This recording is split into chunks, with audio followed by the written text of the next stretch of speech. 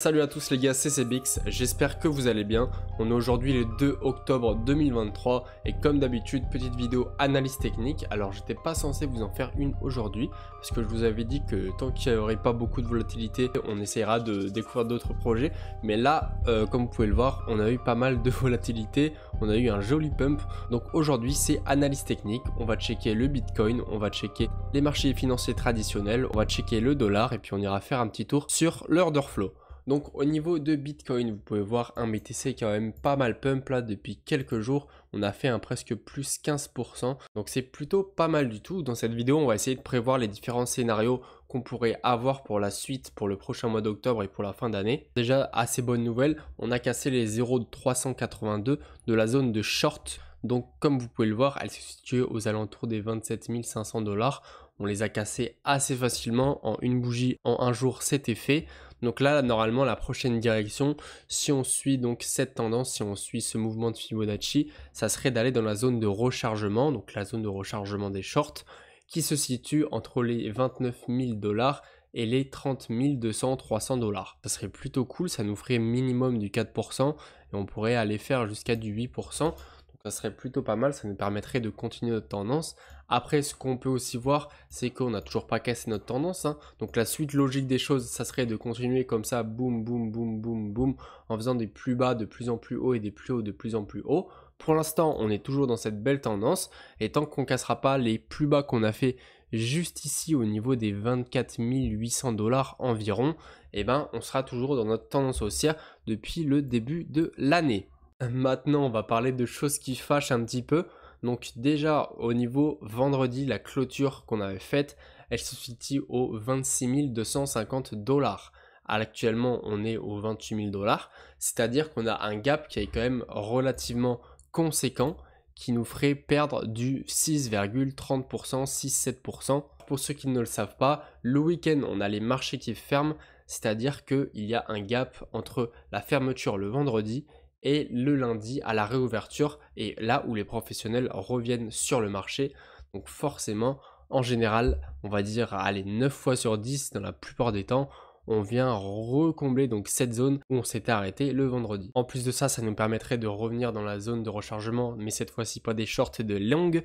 Alors j'ai pas mis donc tout le graphique avec toutes les fibos parce que sinon ça allait s'entremêler, ça allait être le bordel et on allait rien comprendre. Mais ça c'est la zone de rechargement, donc des longues. C'est les 0,618 juste ici et les 0,786 juste là. Autre nouvelle qui nous ferait dire qu'on pourrait potentiellement aller à la baisse, c'est toujours pareil, le manque de volume.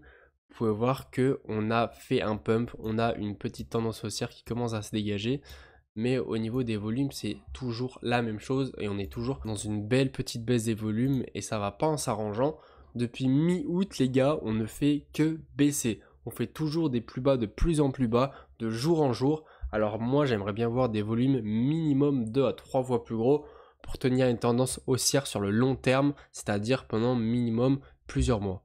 Niveau RSI, rien à dire, c'est plutôt cool là, on peut voir que le RSI suit bien, on a un beau momentum, donc ça veut dire qu'on a de la puissance acheteuse qui rentre sur le marché. Voilà, niveau BTC, on va parler vite fait donc des marchés financiers parce que j'aimerais bien les comparer à Bitcoin et vous allez voir que c'est assez intéressant parce qu'il y a une décorrélation en ce moment qui est juste énorme. Vous voyez là, depuis qu'on est en août environ sur la S&P 500, on fait que baisser. On a entamé une belle tendance baissière avec un double top qui s'est effectué avec une jambe haussière là qui était vraiment beaucoup plus faible que la première. Donc ça nous a bien confirmé qu'on était dans une tendance baissière. Et pareil, si vous allez voir ça sur le Nasdaq, vous allez voir que grossièrement c'est la même chose, même si c'est un petit peu moins prononcé. On est dans une tendance baissière. Donc ça c'est plutôt cool parce que sur le Bitcoin on est bien dans une tendance haussière. Et donc on va aller voir également sur le DXY, donc le dollar. Et là, vous pouvez voir que c'est un truc de fou, les gars. Le dollar nous fait des plus hauts de plus en plus haut. Et donc, je vous le rappelle, pour avoir donc un actif, c'est-à-dire donc tous les actifs risqués, que ce soit l'S&P 500 que je vous ai montré, le Nasdaq, le Bitcoin, toutes les cryptos, il nous faudrait un dollar qui baisse pour les voir monter. Parce que quand le dollar baisse, ça veut dire que toutes les liquidités s'en vont. Et si elles s'en vont, il faut bien qu'elles se déversent dans autre chose, dans un autre actif.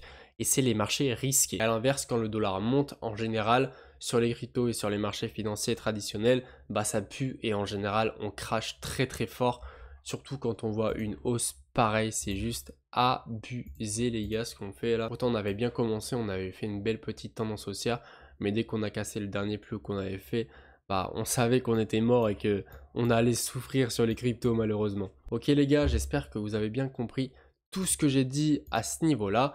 On va aller directement voir sur l'order flow. Alors assez intéressant, donc déjà d'une, on peut voir qu'avec le pump qu'on a fait, on a eu un gros crash, mais ça a été ravalé directement après, donc ça assez intéressant à analyser. Ça veut dire que directement après, boum, on a plein de positions qui sont ouvertes, pas mal de personnes sont rentrées, ont commencé à trade. En plus de ça, on avait des fundings qui étaient à la baisse. On avait tout pour pump et pour aller chercher, pourquoi pas les 30 000 $. Là, on voit que la tendance commence à s'épuiser petit à petit. On a un open interest qui commence à baisser, des fundings qui commencent à remonter, mais c'est encore trop tôt pour juger, pour en tirer une conclusion. Pour l'instant, on est encore dans une belle configuration, surtout d'autant plus qu'on a le spot qui continue à monter depuis le 28 septembre. Ça, c'est pareil, c'est très bien. Et niveau liquidation, on peut voir qu'on a eu quelques petites liquidations dans les deux sens. Donc ça commence à décharger le train petit à petit, même si c'est peut-être pas assez violent à mon goût. Et j'aimerais bien voir une hausse plus prononcée pour sortir un maximum de monde.